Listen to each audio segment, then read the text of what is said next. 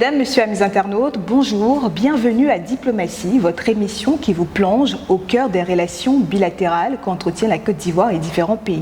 Pour ce numéro de Diplomatie, nous avons l'honneur de recevoir l'ambassadeur du Canada en Côte d'Ivoire, Monsieur Anderson Blanc, qui nous fait l'honneur d'être à Abidjan.net. Bonjour Excellence. Bonjour Madame. Alors, première question, depuis quand la Côte d'Ivoire et le Canada entretiennent des relations diplomatiques? Nous sommes fiers de nos relations diplomatiques avec ce beau pays qu'est la Côte d'Ivoire depuis 1962, donc plus de 60 ans. Quel est actuellement l'état de la coopération entre la Côte d'Ivoire et le Canada? Quel est le volume des échanges commerciaux et économiques? Absolument. Écoutez, la relation va en s'accroissant et c'est tant mieux. Par exemple, au niveau de la coopération, dans le cadre du plan national de développement, nous nous sommes avancés au niveau de 69 milliards de francs CFA en juin 2022 et au niveau, ça c'est au niveau de la coopération bilatérale, au niveau des exportations-importations, nous importons pour environ en 2021 près de 300 millions de dollars canadiens et exportons pour environ 80 millions. Donc, mon objectif c'est d'augmenter ces chiffres évidemment. Justement, quels sont les secteurs d'activité de cette coopération? Absolument. Donc, au niveau de la coopération bilatérale en termes de développement, notre cible, c'est les femmes et les filles. En termes, tout ce qui cible l'autonomisation de la femme, la formation, l'acquisition de compétences, c'est vraiment femmes, pays, sécurité aussi. Tout ce qui cible l'autonomisation des femmes et des filles, 95% voire 100% de notre aide cible ça. Au niveau du commerce à proprement parler, nos secteurs prioritaires, nous sommes devenus l'investisseur numéro 1 dans le secteur minier en Côte d'Ivoire. Nous sommes aussi présents au niveau des technologies propres, mais au-delà de ça, nous ciblons aussi les infrastructures et les technologies vertes parce qu'on sait très bien que le changement climatique, c'est réel. La Côte d'Ivoire en est affectée. Donc, quand je parlais des technologies vertes, technologies propres, nous avons un agent qui est dédié justement au financement climatique. Alors, le Canada se dit favorable à une coopération axée sur un partenariat gagnant-gagnant. Qu'est-ce que cela implique selon vous? C'est une très bonne question et je le répète souvent. Pour nous, un partenariat gagnant-gagnant, c'est où la Côte d'Ivoire et le Canada en profitent. Et ça, c'est fondamental. Qu'on pense au niveau de la coopération que je mentionnais tantôt, on a prouvé encore et encore que le fait d'autonomiser la femme et les filles rapporte beaucoup à la société en général et aux communautés, d'où notre cible. Au niveau commercial, ce qu'on cible vraiment, c'est aider à l'industrialisation de la Côte d'Ivoire. Pour avoir travaillé 3 ans en Thaïlande, j'ai vu ça aussi où on parlait par exemple d'un village, une firme, une fabrication. Donc, on a vu ce qui se passe ici, d'où l'industrialisation est très importante aussi pour changer de niveau de développement économique et c'est ce que le Canada souhaite aider au niveau du développement de la Côte d'Ivoire. On entend l'histoire des pépites et autres pour le développement des entreprises. Donc, pour nous, une entreprise canadienne qui vient investir en Côte d'Ivoire, c'est aussi investir dans la formation des jeunes, le transfert des connaissances, le transfert des capacités de la mesure du possible et d'aider à former les Ivoiriens et Ivoiriennes aussi. Vous avez énoncé que le Canada était axé sur un partenariat aussi de la jeunesse, les femmes. On a fêté la Journée internationale des droits de la femme. Quel est votre regard sur la thématique qui était le antique en Côte d'Ivoire? C'est très important. On sait que tout ce qui concerne les économies sociales, mais aussi les réseaux sociaux, la façon que les hommes et les femmes sont traités, c'est différent pour commencer. Les femmes, par exemple, peuvent être victimes de harcèlement. Donc, il faut non seulement prévenir cela, mais jusqu'à un point empêcher cela. Et on voit que la Côte d'Ivoire prend des moyens nécessaires pour combattre ça. Notre objectif, c'est d'être des partenaires pour aider à aller de l'avant, pour dire que tout le monde a droit à une présence sociale pour commencer. Et au-delà de la présence sociale, l'accès aux technologies de l'information et des communications permet justement le terme que j'ai mentionné tantôt, l'autonomisation. Le fait, par exemple, de pouvoir faire des transactions bancaires électroniques. Qu'on soit une femme d'affaires, qu'on soit dans un village, on a commencé notre propre commerce, tout ça, ça facilite les affaires. Donc, c'est un thème central excessivement important pour permettre justement non seulement l'égalité des genres entre hommes et femmes pour l'atteinte, l'opportunité d'accès à ces opportunités au niveau des réseaux sociaux, au niveau de tout ce qui est technologie de l'information et des communications, mais d'un autre côté aussi, ça cible fondamentalement l'autonomisation de la femme et des filles pour avoir accès à ces technologies. Alors, concernant l'enseignement supérieur et la formation professionnelle, le Canada est une destination prisée par les étudiants ivoiriens. À combien estime-t-on le nombre d'étudiants ivoiriens au Canada? Très heureux, nous sommes très populaires et ça nous fait chaud au cœur. C'est vrai qu'on a 4 saisons au Canada. Souvent, les gens entendent qu'il fait très froid, mais il peut faire très chaud aussi. On peut passer de plus 35 à moins 35.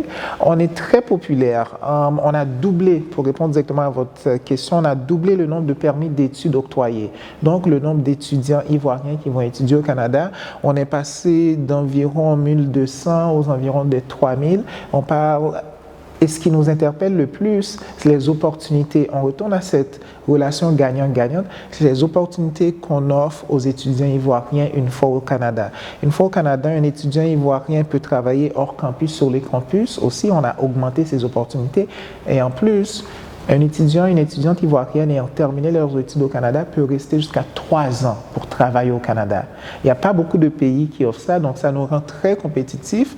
Donc la relation gagnant-gagnant, ces étudiants acquièrent cette expérience internationale, reviennent redonner au pays en Côte d'Ivoire pour aider à l'industrialisation, au développement de la Côte d'Ivoire. D'autres, une minorité, peuvent décider de rester au Canada, se sont habitués au froid. Donc, une fois rendus à ce point, ils peuvent appliquer directement pour la résidence permanente. Donc, c'est une façon, et on permet évidemment, de nos jours, on constate beaucoup maintenant de Canado-Ivoiriens qui reviennent en Côte d'Ivoire redonner au pays. Donc, c'est vraiment dans notre imaginaire, dans notre optique, cette relation gagnant-gagnante, où ça se passe à travers les relations personne à personne, qui nous rend vraiment cette mélange de culture qui nous permet d'avancer ensemble. Comment se fait justement la sélection de ces bénéficiaires? C'est la force du dossier à la base. Donc, on a eu justement notre salon Édu-Canada en février passé. On a été encore une fois très populaire. On en est très heureux. On a eu plus de 4400 applications. Il y a près de 2500-3000 étudiants qui se sont présentés. Donc, c'est la première étape. La première étape, évidemment, c'est se renseigner. Dans quelle école, institution d'enseignement est-ce que j'aimerais aller? Tout chez nous est automatisé. Donc, un étudiant peut aller sur educanada.ca et va directement voir les institutions d'enseignement et avoir accès à tout ça. Une fois que l'étudiant a fait son choix, l'étudiant va envoyer une demande à l'institution d'enseignement. Une fois que c'est accepté, avec cette lettre d'acceptation, l'étudiant peut présenter une demande de permis d'études à nos collègues à Immigration Canada et la demande est évaluée en fonction des fonds disponibles, en fonction de où est-ce que l'étudiant va aller étudier, du programme d'études et tout ça. Et une fois le tout terminé, là, l'étudiant peut avoir droit au permis d'études qui n'est pas nécessairement le visa. Pour la Côte d'Ivoire, ça prend le visa et souvent le permis d'études va être octroyé en même temps que le visa pour pouvoir aller étudier au Canada. Quelle est la différence entre le permis d'études et le visa ordinaire? Le permis d'études, par exemple, un étudiant français ou américain n'a pas besoin de visa, mais il lui faut un permis d'études. Donc, il va aller chercher le permis d'études alors qu'en Côte d'Ivoire, on a besoin d'un visa. Mais les deux sont livrés en même temps. Donc, le permis d'études permet d'aller étudier au Canada. Le visa est un document séparé qui dit on peut rester au Canada pour étudier. Parlez-nous un peu de votre service d'immigration. Qu'est-ce que Access Canada? Quelle est la différence avec la demande de visa ordinaire? Absolument. Donc, Access Canada est une organisation privée, mais qui est reconnue au Canada comme une organisation légitime. Donc, certains étudiants, certains clients, certains Ivoiriens, Ivoiriennes peuvent décider de passer par Access Canada ou tout simplement d'aller sur le site d'Immigration Canada et avoir tous les moyens, toutes les façons de faire. C'est très automatisé, comme je l'ai mentionné, et y aller directement pour appliquer. Alors, les États africains font désormais face au terrorisme. Est-ce que le Canada est engagé dans cette lutte contre le terrorisme? Existe-t-il une coopération entre la Côte d'Ivoire et le Canada à ce niveau? Absolument. Et on voit que la Côte d'Ivoire joue un rôle de leadership à cet égard quand on parle de combattre le terrorisme. On n'a qu'à penser à l'Académie internationale de lutte contre le terrorisme ici. Et le Canada est fier d'avoir tout récemment contribué à hauteur de 1,5 million de dollars canadiens à l'Académie. Donc maintenant, nous sommes contributeurs, nous sommes partie prenante et nous en faisons partie. Il y a des exercices, des opérations qui ont lieu d'ailleurs, où on participe aussi en termes de formation des policiers, des soldats et autres. Donc, on est fiers de participer avec la Côte d'Ivoire, un leader dans la région, à combattre le terrorisme dans la région, que ce soit dans le Sahel et ailleurs. Quelle le regard du Canada dans le conflit russo-ukrainien et qui touche l'économie mondiale ainsi que l'économie africaine? Absolument, nous dénonçons fortement l'invasion illégale de la Russie en Ukraine et nous voyons les impacts négatifs que ça a sur les économies dans la région d'Afrique subsaharienne, d'Afrique francophone, l'Afrique de l'Ouest francophone, et on voit le prix des denrées qui augmente et ainsi de suite. Donc notre message est très clair. La Russie doit cesser immédiatement son invasion de l'Ukraine. Une démocratie établie, donc nous appuyons, comme vous pouvez le constater, fortement avec les États-Unis et l'Union européenne, et nous sommes fiers de la position de la Côte d'Ivoire aussi, qui à l'ONU, avec la très grande majorité des pays, ont indiqué le fait que cette invasion illégale doit cesser dès que possible. La communauté canadienne en Côte d'Ivoire évolue dans quel secteur d'activité? C'est les mêmes secteurs mentionnés en termes de secteurs d'intérêt pour le Canada. Donc, notre communauté, on la voit comme une communauté d'affaires. Donc, cette communauté d'affaires, c'est vraiment au niveau des infrastructures, consultants, mais aussi dans le domaine de l'éducation, évidemment. On parle des technologies vertes, des mines qu'on ne peut pas passer sous silence et du financement climatique aussi. Alors, pour un Ivoirien ou une Ivoirienne qui souhaite effectuer un séjour au Canada, que pourriez-vous lui recommander? Et effectuer un séjour, je n'ai pas mentionné tantôt pour les permis d'études, si on veut appliquer pour aller étudier au Canada, au plus tard la fin du mois de mai. Si on veut commencer la session d'automne, septembre, après ça, vous jouez au jeu. Bonne chance, mais si on applique le dossier est complet, le dossier est parfait. Donc, pour aller visiter le Canada, c'est le même plan, sauf que, en général, on va prioriser les étudiants. Parce que c'est une relation gagnante-gagnante où on souhaite aider à former les étudiants aussi. Donc, un étudiant qui applique avant la fin du mois de mai devrait, si tout le dossier est correct, recevoir son permis d'études et visa pour pouvoir aller étudier pour septembre, la session d'automne qu'on appelle ça communément au Canada. Cela étant dit, comme visiteur, on souhaite la bienvenue à tout visiteur de la Côte d'Ivoire et d'ailleurs, ça pourrait prendre un peu plus de temps, donc le plus tôt qu'on applique et le processus est différent évidemment comme on va en tant que touriste. La documentation demandée est plus facile, mais ça pourrait prendre plus de temps pour le traitement parce qu'on cible, on va prioriser les étudiants parce qu'on veut garder cette relation gagnante-gagnante, on veut garder les rêves des étudiants vivants et leur permettre ces opportunités d'études au Canada aussi. Alors, au niveau des perspectives, à quoi doit-on s'attendre du Canada concernant les projets de coopération avec la Côte d'Ivoire? Quelles sont aujourd'hui les perspectives des relations entre la Côte d'Ivoire et le Canada? Les perspectives sont excellentes.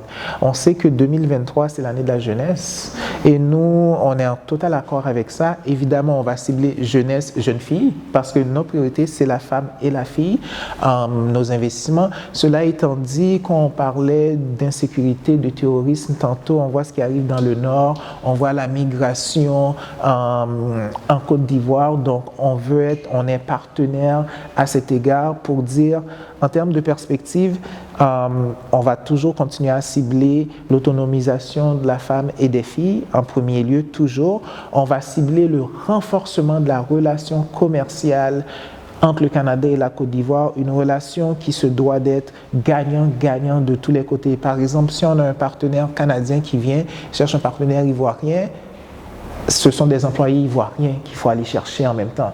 C'est des employés ivoiriens qu'il faut former. Comme ça, on s'assure de bâtir la relève. Donc, les perspectives sont très bonnes au niveau de la coopération, mais au niveau du développement, comme je l'ai mentionné aussi, au niveau politique, on parle aussi d'aller chercher des formations potentielles. Et un point très, très important pour la Côte d'Ivoire et pour nous aussi, c'est la formation technique et professionnelle. On a une très bonne capacité, on a une très forte connaissance à cet égard-là. On a par exemple la Fédération des cégeps de la province du Québec qui était ici récemment, qui ont signé un accord avec le ministère ici. Donc pour nous aussi et pour la Côte d'Ivoire, ce qui est important, certaines personnes vont aller à l'université, c'est tant mieux. Certaines personnes peuvent avoir des emplois professionnels au niveau technique qui payent aussi bien, sinon mieux qu'aller à l'université. Donc, ils pourront avoir ces opportunités-là. Donc, on est capable d'offrir ces formations-là. On a des formations au niveau des mines, mais aussi à tous les autres niveaux qu'on peut s'imaginer. Donc, pour nous, les perspectives sont très bonnes. On va poursuivre sur notre priorité au niveau de l'autonomisation de la femme et des jeunes filles, dans le renforcement de la relation commerciale bilatérale, au niveau de la formation technique et professionnelle aussi, et au niveau politique, on parle de transparence. On sait qu'il va y avoir des élections régionales et locales en octobre-novembre 2023. Donc, on souhaite que ça se passe dans le calme. C'est un peu une prélude au présidentiel de 2025. Donc, pour nous, c'est d'importance aussi parce que la Côte d'Ivoire, c'est quand même 40% de l'économie de l'Afrique de l'Ouest francophone. C'est le moteur économique de la région. Donc, quand la Côte d'Ivoire va bien, le reste de la région va bien et on veut continuer à appuyer le développement économique, l'industrialisation de la Côte d'Ivoire. Excellence, nous sommes au terme de cette interview. Quelle est votre impression de la Côte d'Ivoire? C'est un regard très positif.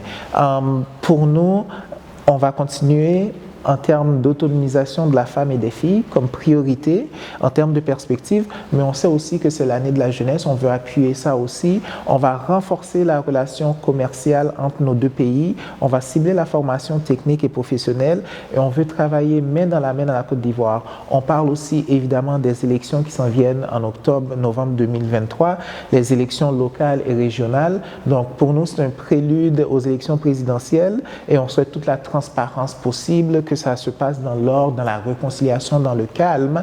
Et on voit, comme je le mentionnais tantôt, la relation de personne à personne est très importante et on le constate aussi au niveau de la culture. Par exemple, j'étais bien heureux d'assister vendredi soir passé à notre événement pour la Journée internationale du droit de la femme où on a fait venir des artistes canadiennes pour échanger, travailler, vous pouvez le voir sur mon compte Twitter, avec des artistes d'ici. Il y a eu un jam, ça a été fantastique. C'est cette culture, ce sont ces opportunités d'échange, pas seulement au niveau commercial, bilatéral, mais au niveau culturel, de l'éducation, qui permettent vraiment de renforcer cette relation de personne à personne.